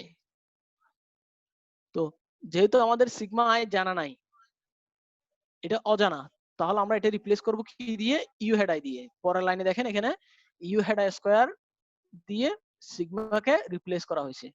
এরপরে এই মডেলটা এস্টিমেট করা হবে। এই মডেলটা এস্টিমেট করে যদি এই মডেলের বিটাটা সিগনিফিকেন্ট হয়, বিটা সিগনিফিকেন্ট হওয়ার অর্থ কি? বিটা সিগনিফিকেন্ট হওয়ার অর্থ হলো, দেখেন আপনারা আমরা কি বলি নাল হাইপোথিসিসে যে S 0 equal to beta equal to 0, কথার কথা। এরপরে অল্টারনেটিভ হাইপোথিসিস H1 বিটা, এটা কি ইকুয়াল টু হবে না নট ইকুয়াল টু হবে? Not equal to. Not equal to 0। আমার এখানে নট ইকুয়াল টু কোনো সাইন নাই, সাইন আনতে হবে। ধরে নেন যে এটা নট ইকুয়াল টু 0, আমি লিখে দিচ্ছি নট 0, ঠিক আছে? তাহলে এখন আমাদের বিটা কখন সিগনিফিকেন্ট বলবো, যখন এটা 0 হবে নাকি 0 হবে না? বলেন তো। যে কোনো টেস্ট কখন আমরা সিগনিফিকেন্ট বলি, যখন আমরা নাল হাইপোথিসিসকে রিজেক্ট করতে পারি। যে কোনো টেস্টটা সিগনিফিকেন্ট বলি যে কখন, যখন আমাদের নাল হাইপোথিসিসটা কি হয়, রিজেক্ট হয়। তাহলে এখানে নাল হাইপোথিসিস রিজেক্ট হওয়ার অর্থ কি? বিটাটা 0 নয়। বিটা 0 নয় মানে এখানে দেখেন বিটা 0 নয়, তার মানে কি ভেরিয়েন্সের উপর এক্স এর প্রভাব আছে। যে ভেরিয়েন্সের উপর কিসের প্রভাব আছে, এক্স এর প্রভাব আছে, অর্থাৎ ভেরিয়েন্সটা হেটারোস্কেডাস্টিক। আর একটু সহজ স্যার করে আবার বলি একটু বলেন। আচ্ছা একটু রিপিট করতেছি, আর একটু সহজ করে লিখি।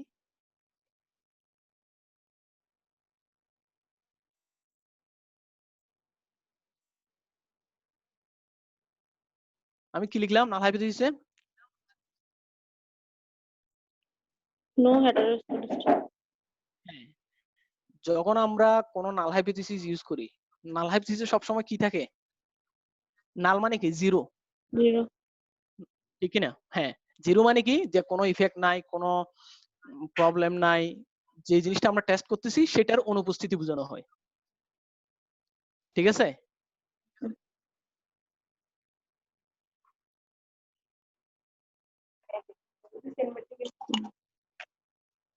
তাহলে কি দেওয়া হলো যে নাল হাইপোথিসিস হলো নো হেটারোস্কেডাসিটি। যত হেটারোস্কেডাসিটির ফরমাট টেস্ট আছে সবগুলোতে নাল হাইপোথিসিস হলো কি? নো হেটারোস্কেডাসিটি। আর অল্টারনেটিভ হাইপোথিসিস কি হবে তাহলে? প্রেজেন্স অফ হেটারোস্কেডাসিটি অথবা হেটারোস্কেডাস্টিক ভেরিয়েন্স। তো আমার টেস্টটা কখন সিগনিফিকেন্ট হবে বলছি? যখন আমাদের নাল হাইপোথিসিসটা কি হবে? রিজেক্ট হবে। তাহলে দেখেন নাল হাইপোথিসিস রিজেক্ট, কথার কথা এটা রিজেক্ট আছে কি? জি স্যার। নো হেটারোস্কেডাস্টিক। কি আছে? পরেরটাতে এটা আমরা রিজেক্ট করলাম, ধরেন এটা ডিলেট, রিজেক্ট মানে এটা ডিলেট। আর কি আছে? Presence of heteroscedastic. ঠিক আছে, অর্থাৎ ভেরিয়েন্সটা হেটারোস্কেডাস্টিক। এতটুকু ক্লিয়ার যে যতগুলো টেস্ট আছে সবগুলো টেস্ট সিগনিফিকেন্ট হওয়ার অর্থ হলো মডেল হেটারোস্কেডাস্টিক আছে। এই কথাটা বোঝানো গেছে? জি স্যার।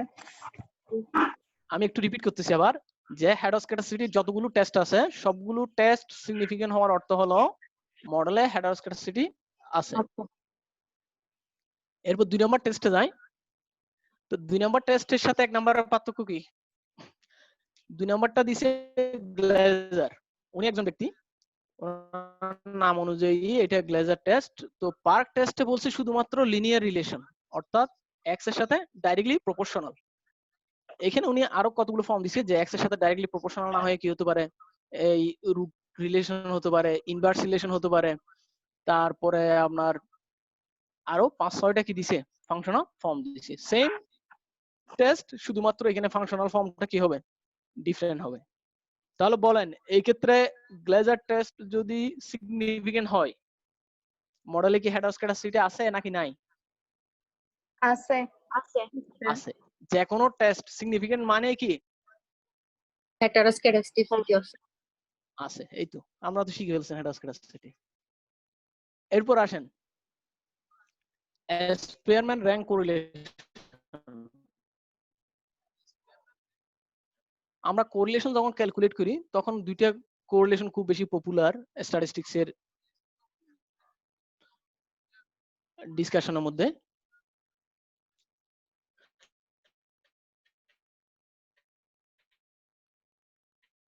একটা হলো তো স্পিয়ারম্যানের rank correlation 1 - 6 * d² n * n² - 1। তো এখানে বলা হচ্ছে র্যাঙ্ক। র্যাঙ্ক মানে তো আমরা বুঝি, র্যাঙ্ক মানে কি? র্যাঙ্কিং করি বলি না, যে পদ অনুযায়ী সাজানো। যেমন আমার কাছে 5টা ডাটা আছে, ধরেন আমি এখানে লিখলাম যে 8 6 4 7। এটা কি এখন র্যাঙ্ক অনুযায়ী আছে? না, এটা র্যাঙ্ক অনুযায়ী নাই। তাহলে র্যাঙ্ক অনুযায়ী থাকলে কি হতে হবে? 7টা আগে আসতে হবে। ঠিক আছে, তার মানে আমি এখন র্যাঙ্ক অনুযায়ী সাজালাম যে 8 7 6 4, অর্থাৎ সিরিয়াল অনুযায়ী সাজানো। ঠিক আছে, এটাকে বলা হচ্ছে আমাদের র্যাঙ্কিং করা। ঠিক আছে, তাহলে এখানে প্রথম আমাদের ডেটাগুলোকে র্যাঙ্কিং করতে হবে।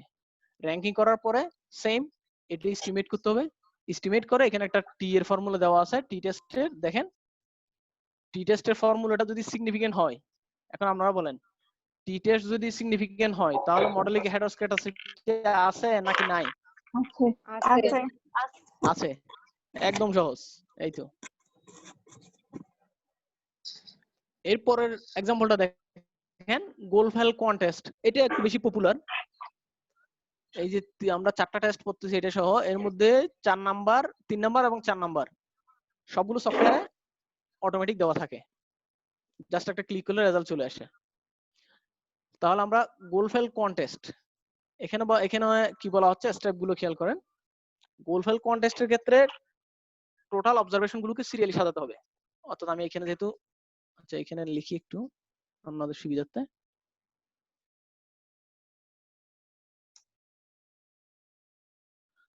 নিচে চলে যাচ্ছে, জায়গা তো নয়, এখানে লিখি। দেখেন আমরা কি করলাম, যে আমাদের অনেকগুলো ডেটা আছে, 10, 12, 14, 16, 18, 20, 25, 28, 30, 36, 38, 40, 42 ডেটাগুলোকে প্রথমে সাজাতে হবে।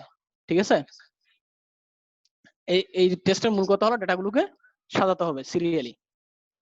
সাজানোর পরে মাঝখানে এই ডেটাটাকে 2টা ভাগে ভাগ করতে হবে।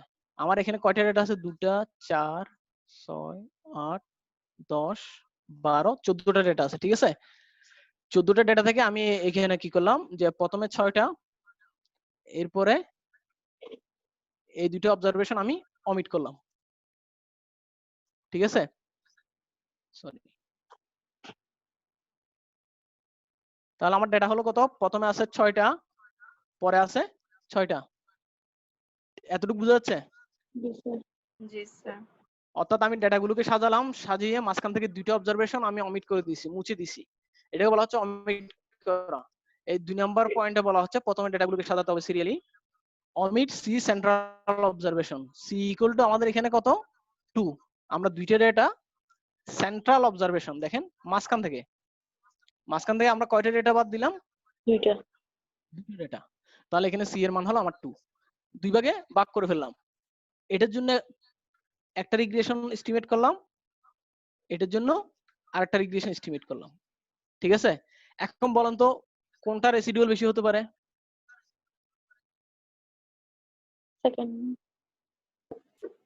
সেকেন্ডটা, কারণ এখানে অবজারভেশন সাইজ গুলো বড়। এটাই। তাহলে এইখান থেকে যে রেসিডুয়াল পাবো সেটার নাম হলো RSS2। এখান থেকে যে অবজারভেশন পাবো সেটার নাম হলো RSS1, residual some of square 1, residual some of square 2। এরপর উপরে দেখেন কম্পিউট দি রেশিও, এটা মূলত এফ টেস্ট। আমরা জানি যে রেসিডুয়াল দিয়ে সাধারণত আমরা এফ টেস্ট করে থাকি। তাহলে এই RSS2 ডিভাইড বাই কি RSS1 ডিগ্রিজ অফ ফ্রিডম সহ, এটা হলো এফ টেস্ট। ঠিক আছে, এই মানটা যদি সিগনিফিকেন্ট হয় তাহলে মডেলে কি হেডার স্ক্যাটারসিটি আছে নাকি নাই? নেই। আছে নাকি নাই? আছে আছে আছে। সব সিগনিফিকেন্ট অর্থ হলো আছে। আচ্ছা, এটা আরেকটু বুঝার সুবিধার্থে আমি বলতেছি। দেখেন কখন সিগনিফিকেন্ট হবে এই মানটা, যখন এই মানটা অনেক বড় হবে, তাই না? স্যার RSS2, হ্যাঁ, RSS2 যখন অনেক বড় হবে তখন এই মানটা কি হবে, সিগনিফিকেন্ট হবে। RSS2 বড়, অনেক বড় হওয়া মানে কি, এই প্রথমের ভেরিয়েন্সের তুলনায় পরের ভেরিয়েন্সটা অনেক বড়, এই কথাটি বুঝাচ্ছে, তাই না? তার মানে কি মডেলে হেডার স্ক্যাটারসিটি আছে। এই মডেলে যে আমরা ডেটাকে 2 ভাগে ভাগ করলাম, তাহলে পরের ডেটাতে ভেরিয়েন্স বেশি, আগের ডেটাতে ভেরিয়েন্স কম, সুতরাং মডেলে কি আছে, হেডার স্ক্যাটারসিটি আছে। এতটুকু বুঝা গেছে? জি স্যার। এই 4টা টেস্টের মধ্যে আর কারো প্রশ্ন থাকলে বলতে পারেন। প্রথম 2টা টেস্ট সেম, জাস্ট বিটাটা সিগনিফিকেন্ট হওয়া মানে মডেল হেডার স্ক্যাটারসিটি আছে।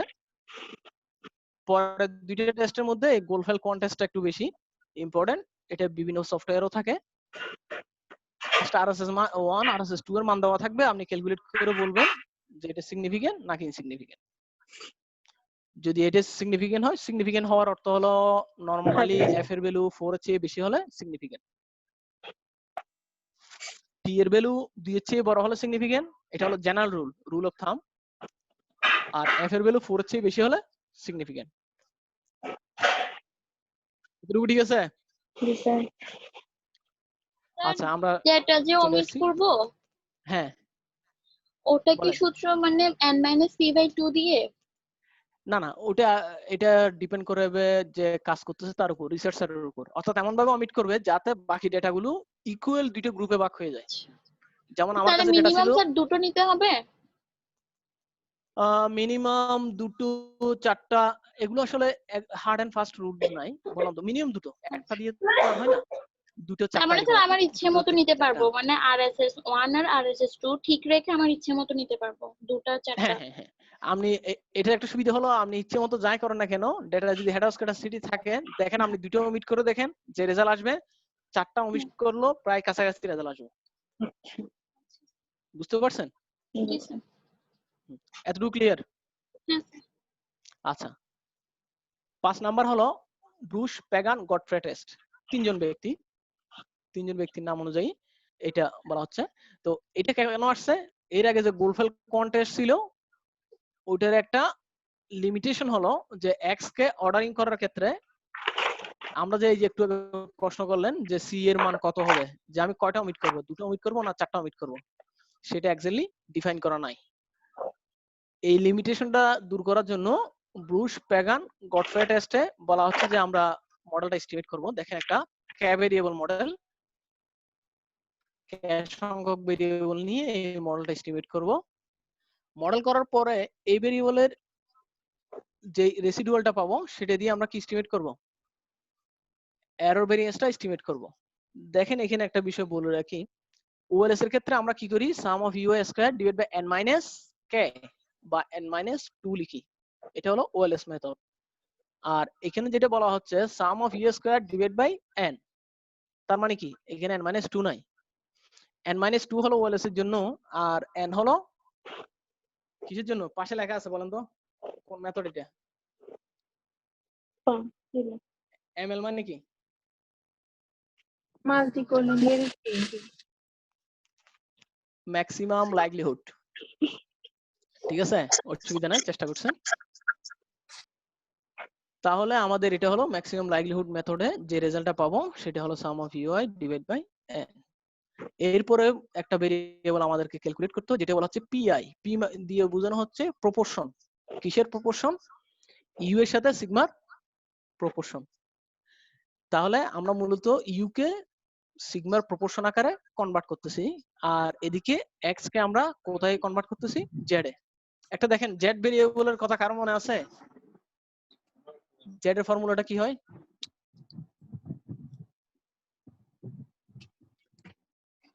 কোন এক্স ভেরিয়েবলকে আমরা কিভাবে জেড কনভার্ট করতে পারি,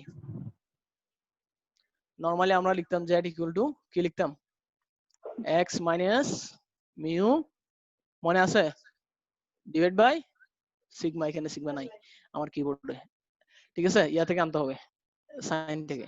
তাহলে আমি এক্স কে কোথায় কনভার্ট করলাম, জেড এ কনভার্ট করলাম, আর কি করলাম, সিগমাকে সিগমার প্রপোর্শনে কনভার্ট করলাম।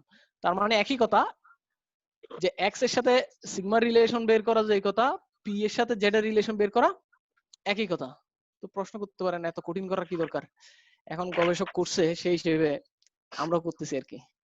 আর আরেকটা বিষয় হলো প্রপোর্শন করলে ভ্যালুগুলো ছোট হয়ে আসে, গবেষক তো আর এমনি করে নাই, যে আমাদের প্রপোর্শন যখন করি আমাদের ভ্যালুগুলো কি হয়ে আসে, ছোট হয়ে আসে।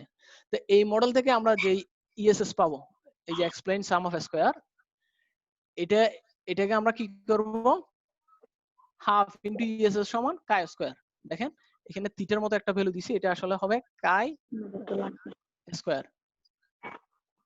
এই যে কাই মানে এক্স এর মতো যেটা আছে সেটার উপর স্কয়ার। তাহলে 0.5 ইনটু ইএসএস, অর্থাৎ উপরে ইকুয়েশন থেকে আমরা যে এক্সপ্লেইন সাম অফ স্কয়ার পাবো সেটার হাফ হলো কাই স্কয়ার। এখন বলেন কাই স্কয়ার টেস্ট যদি সিগনিফিকেন্ট হয়, মডেলে হেটারোস্ক্যাটাসিটি আছে নাকি নাই, আছে। এটা একদম মুখস্থ রাখতে পারেন যে সিগনিফিকেন্ট হওয়ার অর্থ হলো প্রবলেমটা আছে, ঠিক আছে। জি স্যার। জি স্যার, সর্বশেষ টেস্ট আমাদের দেশে যেরকম রোগীকে টেস্ট দেয় এখানে অনেক টেস্ট দিয়ে দিছে আর কি। দেখেন সর্বশেষ টেস্ট হলো কি হোয়াইটস জেনারেল হেটারোস্ক্যাটাসিটি টেস্ট। এটা হোয়াইট মানে ব্যক্তির নাম, ওনার নাম অনুযায়ী হেটারোস্ক্যাটাসিটি টেস্ট। উনি কি করছে, estimate y equal to beta 1 plus beta 2 x2 beta 3 x3 plus ui। এরপর কি করছে, এই মডেলের যে ইউটা পাবো এই ইউটাকে কি করছে এখানে স্কয়ার করছে, দেখেন ইউ স্কয়ার, তারপর x2 x3 x2 square x3 square, এরপর এই দুইটার কি গুণফল। ইজি, হোয়াইট মেথডটা একদম ইজি, যে জাস্ট y এর জায়গায় আমি ইউ কে বসাবো, এরপর x স্কয়ার x। বলেন, কিছু বলছেন? বলা থাকলে বলে ফেলেন।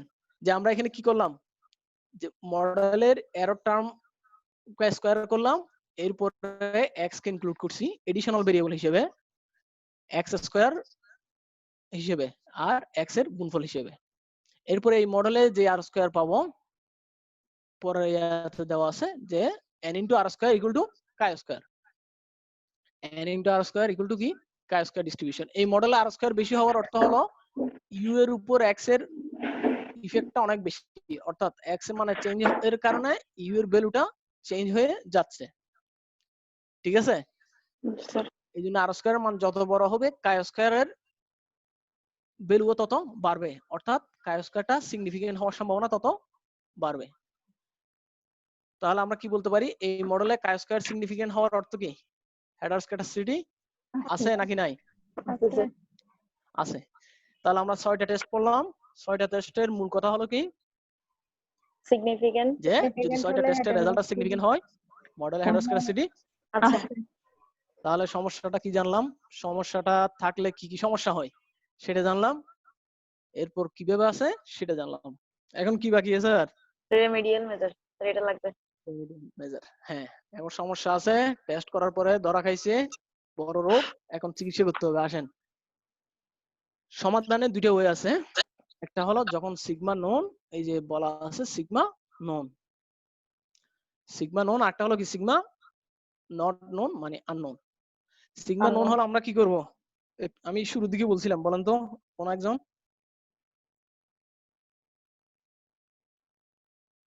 সিগমা নন হলো আমরা কি করব, আমরা জিএলএস মেথড ইউজ করব। জিএলএস মেথডে আমরা কি করি, শুরুতেই দেখেন, একদম শুরুতে আমরা যখন কথা বলতেছিলাম জিএলএস নিয়ে, দেখেন পরের স্লাইডে সময়, হ্যাঁ এখানে কি করছি দেখেন, জেনারেলাইজড লিস্ট স্কয়ার। আমি এটা পড়ানোর সময় বলছি যে এখানে আমার কিসের মান লাগবে, সিগমার মানটা লাগবে, সিগমা না থাকলে আমি এই ট্রান্সফরমেশনটা করতে পারবো না। আর যদি সিগমা আমার জানা থাকে তাহলে মডেলটাকে ট্রান্সফর্ম করে আমাদের ভেরিয়েন্সটা হয়ে গেল কত, কত হয়েছে এখানে ভেরিয়েন্স 1, তার মানে ভেরিয়েন্সটা কনস্ট্যান্ট হয়ে যাবে। তাহলে সিগমা জানা থাকলে সমাধানটা সহজ, জিএলএস মেথড অ্যাপ্লাই করলে আমাদের হেটারোস্ক্যাটাসিটি সমস্যার সমাধান হয়ে যাবে, ঠিক আছে? এখন যদি জানা না থাকে তাহলে কি, আচ্ছা জিএলএস এর আরেকটা নাম হলো ডব্লিউএলএস, মানে ওয়েটেড লিস্ট স্কয়ার। এটা একটু মনে রাখবেন, দুইটা সেম কথা, জিএলএস যেই কথা, ডব্লিউএলএস একই কথা। এখন তাহলে যদি সিগমা জানা না থাকে তাহলে কি হবে, আপনারা বলতে পারেন কিছু? Sir OLS estimation. ওএলএস তো সমস্যা আছে করলে, একটু আগে বললাম ওএলএস কি কি সমস্যা হয় সেটা বললাম, যে আমাদের ভেরিয়েন্সটা বড় হবে, আমরা ডিসিশন নিলে সেটা মিসলিডিং হবে। তাহলে কি করতে পারি, একটু পড়বেন, যখন কোন একটা চ্যাপ্টার পড়াবো বলবে তখন আপনারা একটু চ্যাপ্টারটা না পড়লেও চ্যাপ্টারের সামারিটা পড়ে নিন, তখন সুবিধা হবে। আচ্ছা, না থাকলে আমরা কি করব, কতগুলো মেথড আছে সেটা আমরা এখন একটু দেখবো। আরেকটা স্লাইডে যাচ্ছি, ওখানে বেশি নাই, 4-5টা স্লাইড আছে, একটু সময় বেশি হয়ে যাচ্ছে, তারপর একটু শেষ করে ফেলি আজকে। তাহলে যাচ্ছি আমি, রেমেডিয়াল মেজার্স। এতটুকুতে কারো প্রশ্ন থাকলে সেটা বলো, এতটুকু কারো প্রশ্ন আছে? No sir. ঠিক আছে স্যার, তাহলে আমি সামনের দিকে যাচ্ছি। স্যার আননোন বুঝি নাই, স্যার আননোন হলে কি হবে? ওটাতে ওখানে আর স্লাইড নাই, এটা একটা স্লাইডে। হ্যাঁ বলেন, আননোন হলে কি হবে সেটা দিয়ে যাচ্ছি এখন। হ্যাঁ আচ্ছা, হ্যাঁ, সেটার জন্য আমরা আরেকটা স্লাইডে আসছি, এগুলো অনলাইন থেকে নেওয়া, এই জন্য এখানে বিভিন্ন লেখা দেখতে পাচ্ছেন, হিন্দি ইংলিশ কোনোটাই আমার না। আচ্ছা দেখেন এখানে কি লেখা আছে, when true error variance is known, উপরে দেখেন টাইটেলটা, method of generalized least square, এটা আমরা পড়ে ফেলছি। যদি সিগমা জানা থাকে জিএলএস মেথড আমরা অ্যাপ্লাই করব। জিএলএস মেথডে আমরা বলছি যে সিগমা দ্বারা আমরা পুরো ইকুয়েশনটাকে ভাগ করব, ভাগ করার পরে আমাদের যে ভেরিয়েন্সটা থাকে সেটা কত, 2 না 3? 1 1। ঠিক আছে, গুড। তাহলে আমাদের ভেরিয়েন্সটা হয়ে যায় 1। এটা এখানে ডিটেইলস দেওয়া আছে। এরপরে যাই আমরা একটু নিচে, দেখেন যদি আননোন হয় তাহলে এখানে 2-3টা ওয়ে আছে। একটা ওয়ে হলো হোয়াইট, ওই যে যিনি ডিটেকশনের একটা মেথড দিয়েছিলেন হোয়াইটস কারেকশন, এটা বলা কোভেরিয়েন্স ম্যাট্রিক্স করে দিচ্ছি আমি। উনি এই মেথডটা দিয়েছে। এগুলো এমনি হাতে কলমে খুব কম ইউজ করা হয়, এগুলো সফটওয়্যারে ইনবিল্ট থাকে, জাস্ট একটা ক্লিকের বিষয়। তারপর আমরা থিওরি জানার জন্য এখানে একটু দেখতেছি। এখানে দেখেন রিগ্রেশন ইকুয়েশনে মিউ দ্বারা মূলত এরর টার্মকে বোঝানো হচ্ছে। ইউ আর মিউ একই জিনিস, আগে স্লাইডে যেটা ইউ ছিল এই স্লাইডে সেটা মিউ। ঠিক আছে, বুঝতে পারছেন আপনারা? জি স্যার। আচ্ছা, এখন দেখেন যদি আমরা হোয়াইট হেটারোস্ক্যাটাসিটি মেথডটা অ্যাপ্লাই করি তাহলে আমাদের যে ভেরিয়েন্সটা হবে সেটা হলো, আগে দেখেন ওএলএস এর ভেরিয়েন্সটা আমাদের কি ছিল, x square into sigma square. আর এখানে আমাদের কি হচ্ছে, এক্স এই সিগমাকে আমরা রিপ্লেস করছি কি দিয়ে, sum of u hat i estimated u i. আচ্ছা, আরেকটা কথা বলে রাখি যে হোয়াইট স্ট্যান্ডার্ড এররের আরেকটা নাম হলো কি, কি লেখা আছে, রোবাস্ট স্ট্যান্ডার্ড এরর। সফটওয়্যারে এই নামটাই বেশি পরিচিত, রোবাস্ট স্ট্যান্ডার্ড এরর। এখন এই ওএলএস এর সাথে এটার পার্থক্য কি সেটা দেখানোর জন্য এখানে একটা এক্সাম্পল দেওয়া আছে। দেখেন এখানে টি এর মানে ওএলএস এর স্ট্যান্ডার্ড এরর টি ভ্যালু, হোয়াইট এর স্ট্যান্ডার্ড এরর টি ভ্যালু। এখন বলেন এই টি ভ্যালু গুলো সিগনিফিকেন্ট না ইনসিগনিফিকেন্ট? একটু আগে আমি বলছি কত হলো সিগনিফিকেন্ট হবে, 2 এর বেশি না, 2 এর বেশি। 2 এর বেশি। 2 এর বেশি, গুড। তাহলে এখানে কি 2 এর বেশি, 2 এর বেশি হলে তার মানে এখানে সবগুলো মান কি সিগনিফিকেন্ট না ইনসিগনিফিকেন্ট? বলেন।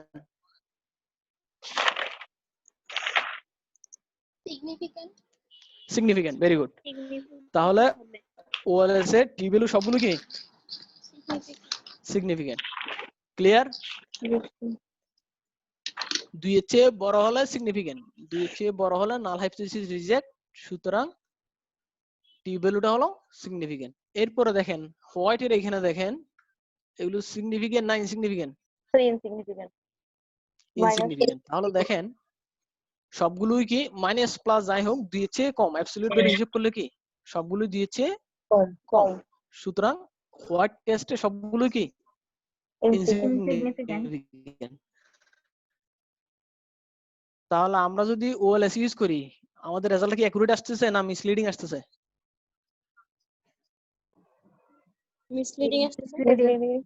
মিসলিডিং আসতেছে অবভিয়াসলি। তাহলে এই জন্য বলা হচ্ছে যে ওএলএস যদি আমরা ব্যবহার করি আমাদের রেজাল্ট হবে মিসলিডিং। তাহলে এই ক্ষেত্রে আমরা অল্টারনেটিভ কি ব্যবহার করতে পারি, এই যে রোবাস্ট স্ট্যান্ডার্ড এরর, ঠিক আছে, বা হোয়াইট স্ট্যান্ডার্ড এরর। ঠিক আছে, একটা স্টেপ, একটা টেস্ট হলো। এরপরে আরেকটা আছে, আরো কয়েকটা আছে, সেগুলো একটু দেখেন, এগুলো সিম্পল। এরপরে যদি আমাদের সিগমার মানটা জানা না থাকে, এখানে কতগুলো অ্যাজাম্পশন বলা হচ্ছে, অ্যাজাম্পশন অ্যাবাউট হেটারোস্ক্যাটাসিটি প্যাটার্ন। আমরা কিছু জিনিস অ্যাজিউম করে টেস্ট করে দেখব যে জিনিসটা আসলে এরকম কিনা। প্রথমটাতে কি দেওয়া আছে দেখেন, 1 number, error variance is proportional to xi। Proportional মানে কি, গুণাকারে আছে। এরর ভেরিয়েন্সটা কার সাথে গুণাকারে আছে, সিগমার সাথে। উপরে দেখেন এরর ভেরিয়েন্সটা কার সাথে, আচ্ছা এখানে মিউ একটা আসছে, তো আমরা মিউ নিয়ে টেনশন করুন, এটা ইউ করে দিই, ইউ। ঠিক আছে, এখন যে এরর ভেরিয়েন্সটা কার সাথে গুণাকার আছে, x এর সাথে গুণাকার আছে। যদি এরকম হয় তাহলে গ্রাফটা হবে কি রকম দেখেন, এরকম স্প্রেড, মানে x এর মান যত বাড়বে এরর ভেরিয়েন্স তত গুণাকারে বাড়বে। এক্ষেত্রে যদি আমরা ধরে নিই আমাদের এরর ভেরিয়েন্সটা গুণাকার আছে, এটা সমাধান করার ওয়ে হলো, আমাদের এখানে কি গুণাকার আছে, x এর সাথে গুণাকার আছে। একটু খেয়াল করেন আপনারা, অ্যাটেনশন ধরে রাখা একটু কষ্ট, তারপর চেষ্টা করেন। যে তখন আমরা কি করব, যদি x গুণাকারে থাকে এটা রুট ভ্যালু দিয়ে ভাগ করব, রুট x দ্বারা ভাগ করব। দেখেন বিটা 1 কে রুট x দ্বারা ভাগ করছি, বিটা 2 কে রুট x দ্বারা ভাগ করছি, u কেও রুট x দ্বারা ভাগ করছি। u কে এখানে আমি b হিসেবে দেখাচ্ছি আর কি। তাহলে দেখেন এই যে b বলতে মূলত কি বোঝানো হচ্ছে, u divide by root x, ঠিক আছে? আমরা বুঝতে পারছেন? জি স্যার। হ্যাঁ, এখন দেখেন আমরা বলছি কি expected value of ui square equal to কি সিগমা ইনটু x, তাই না? প্রথম অ্যাসাম্পশনে দেখেন, অর্থাৎ এর আগের টেস্টে আমরা যেটা লিখলাম খেয়াল করেন একটু, আমাদের ছিল expected value of u square, আমি জাস্ট স্কয়ার হিসেবে লিখলাম, ইকুয়াল টু কি ছিল সিগমা স্কয়ার হ্যাঁ, x square x into x, sigma square into x, ঠিক আছে? তাহলে আমি এই জায়গাতে অর্থাৎ এখানে আমাদের কি আছে, e of x স্কয়ার লিখছি না আমরা, e of x স্কয়ারের জায়গায় আমি কি লিখবো, সিগমা স্কয়ার ইনটু x, তাই না? ঠিক কি না? জি স্যার। হ্যাঁ, এখন x আর এই x কি হবে, কাটা ক্রস হয়ে যাবে, কাটা, আর থাকে কে সিগমা সিগমা, সিগমা হলো কি একটা স্কয়ার। কনস্ট্যান্ট, ঠিক আছে? এখন এতটুকু আমি একটু রিপিট করতেছি উপর থেকে। আমরা ধরে নিয়েছিলাম যে সিগমাটা x এর সাথে গুণাকার আছে, ঠিক আছে? তো এই ক্ষেত্রে আমরা মডেলটাকে ট্রান্সফর্ম করলাম যে x এর রুট ভ্যালু দিয়ে, তিনটাকে আমরা রুট x দ্বারা ভাগ করছি। ভাগ করার পরে যে আমাদের যে এরর ভেরিয়েন্স আছে সেটা হলো কি u divide by root x, যেহেতু আমরা প্রত্যেকটাকে রুট x দ্বারা ভাগ করছি। এখন এইটার আমরা কি করব, এক্সপেক্টেড ভ্যালু দেখব, অর্থাৎ এটার ভেরিয়েন্সটা আমরা দেখতেছি ভ্যালু অফ ui স্কয়ার, এটাকে আমরা কি দ্বারা ভাগ করলাম, সরি এটার এক্সপেক্টেড ভ্যালু নিলাম। এক্সপেক্টেড ভ্যালু নেওয়ার কারণে এই যে u এর এক্সপেক্টেড ভ্যালু অফ u স্কয়ারের জায়গায় আমরা কি লিখবো, x ইনটু সিগমা স্কয়ার লিখবো। তাহলে x x ক্রস হয়ে যাবে, আর থাকবে কি শুধুমাত্র সিগমা স্কয়ার। Sigma square. তার মানে এটা এখন কি হয়ে গেছে, হোমোস্ক্যাটাস্টিক হয়ে গেছে, শুধু সিগমা, এখানে কিন্তু সিগমা আই নাই, যদি আই থাকতো তাহলে হেটারোস্ক্যাটাস্টিক, ঠিক আছে? এর পরেরটাতে ধরে নেওয়া হয়েছে 2 নম্বর অ্যাসাম্পশন, দেখেন কেস 2, এখানে বলা হচ্ছে case 2 error variance is proportional to x square, ঠিক আছে? x এর পরিবর্তে কিসে গেছে, এটা x স্কয়ার, আগের মতই সেম। তাহলে যদি x স্কয়ার থাকে আমরা ভাগ করব কি দিয়ে, x দিয়ে, জাস্ট এটা রুট ভ্যালু, এটা আমরা মনে রাখবো সহজে, x থাকলে রুট x, যদি x স্কয়ার থাকে আমরা ভাগ করব কি দিয়ে, x দিয়ে। দেখেন ভাগ করার পরে এরর ভেরিয়েন্সটা আবার কি হয়ে যাবে, কনস্ট্যান্ট হয়ে যাবে।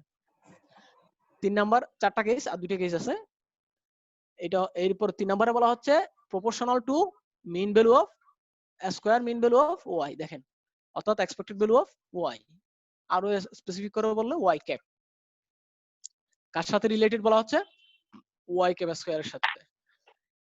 তাহলে আমরা ভাগ করার সময় কি দিয়ে ভাগ করব, স্কয়ার ভ্যালু বাদ দিয়ে, এটা মনে রাখবেন সব সময় যেটা গুণ আছে সেটা রুট ভ্যালু দিয়ে আমরা ভাগ করব।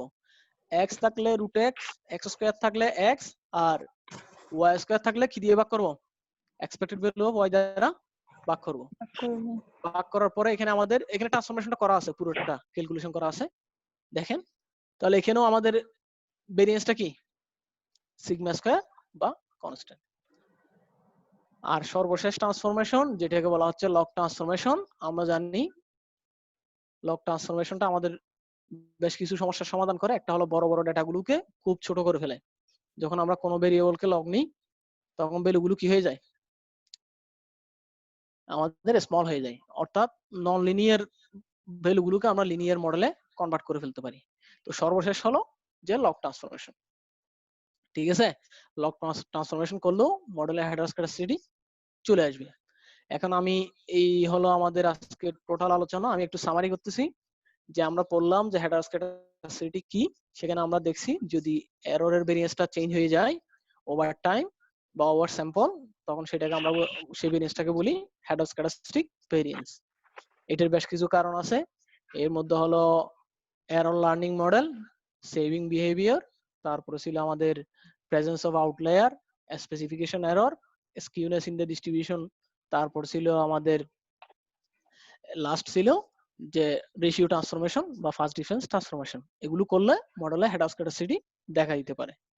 এরপর আমরা দেখলাম যে হেটারোস্ক্যাটাসিটি যদি থাকে তাহলে আমরা ওএলএস ব্যবহার করতে পারবো না, ওএলএস এর রেজাল্ট আমাদের মিসলিডিং আসবে। তাহলে আমরা কি করব, যদি সিগমা জানা থাকে তাহলে আমরা জিএলএস মেথড ইউজ করব। স্যার মিসলিডিং আসা মানে কি ওটা ব্লু হবে না? হ্যাঁ, ব্লু হবে না, মিসলিডিং আসা মানে ব্লু হবে না। তাহলে এই ক্ষেত্রে আমরা কি করব, জিএলএস ইউজ করব যদি সিগমা জানা থাকে।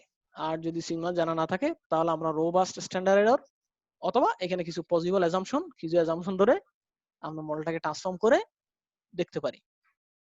আর মডেলে হেডারস্কেটাসিটি আছে কিনা সেটা জানার জন্য ইজি ওয়ে হলো গ্রাফ করা, যেটাকে আমরা ইনফর্মাল মেথড বলি। আর ফর্মাল মেথডে আমরা 6টা মেথড পড়ছি, এর মধ্যে পার্ক আর গ্লেজার টেস্ট দুইটাই মোটামুটি কাছাকাছি। বিটা যদি সিগনিফিকেন্ট হয় ওই মডেলগুলো সিগনিফিকেন্ট, মডেলে হেডারস্কেটাসিটি আছে।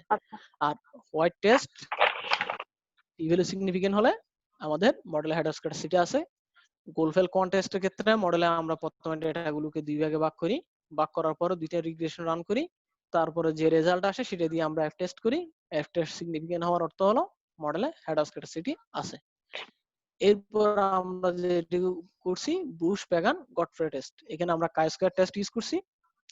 যথারীতি সিগনিফিকেন্ট হওয়ার অর্থ হলো মডেলে হেডারস্কেটাসিটি আছে। আর লাস্টে করছি আমরা হোয়াইট টেস্ট, সেখানেও সিগনিফিকেন্ট হওয়ার অর্থ হলো মডেলে হেডারস্কেটাসিটি আছে। এই হলো আমাদের আজকের টোটাল আলোচনা। যদি কোনো প্রশ্ন থাকে বলতে পারেন।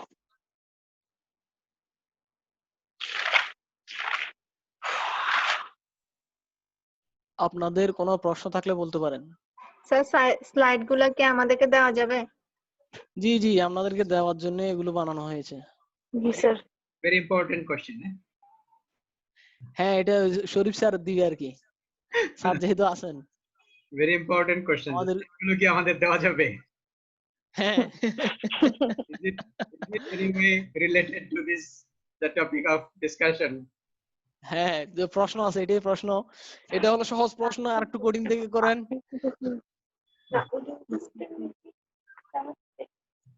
আর কঠিন কোনো প্রশ্ন আছে কিনা, এটা তো সবচেয়ে সহজ। আচ্ছা, ঠিক আছে। If there is no question, then we can come to an end. I think our students have been benefited from this discussion. আমাদের ইউসুফ স্যার অবশ্য বলেছেন যে ওনার আরো যদি আপনাদের কোনো আন্ডারস্ট্যান্ডিং এ কোনো ঘাটতি থাকে, কোনো কিছু উনি এটা they would try to make it up in another session. তো সেটা আমরা ইনশাআল্লাহ আমাদের স্টুডেন্টদের সাথে কথা বলে এবং ইউসুফ স্যারের সাথে কথা বলে জানিয়ে দিব। তো আমরা আমাদের আর কয়েকটা ক্লাস নিলে ভালো হবে।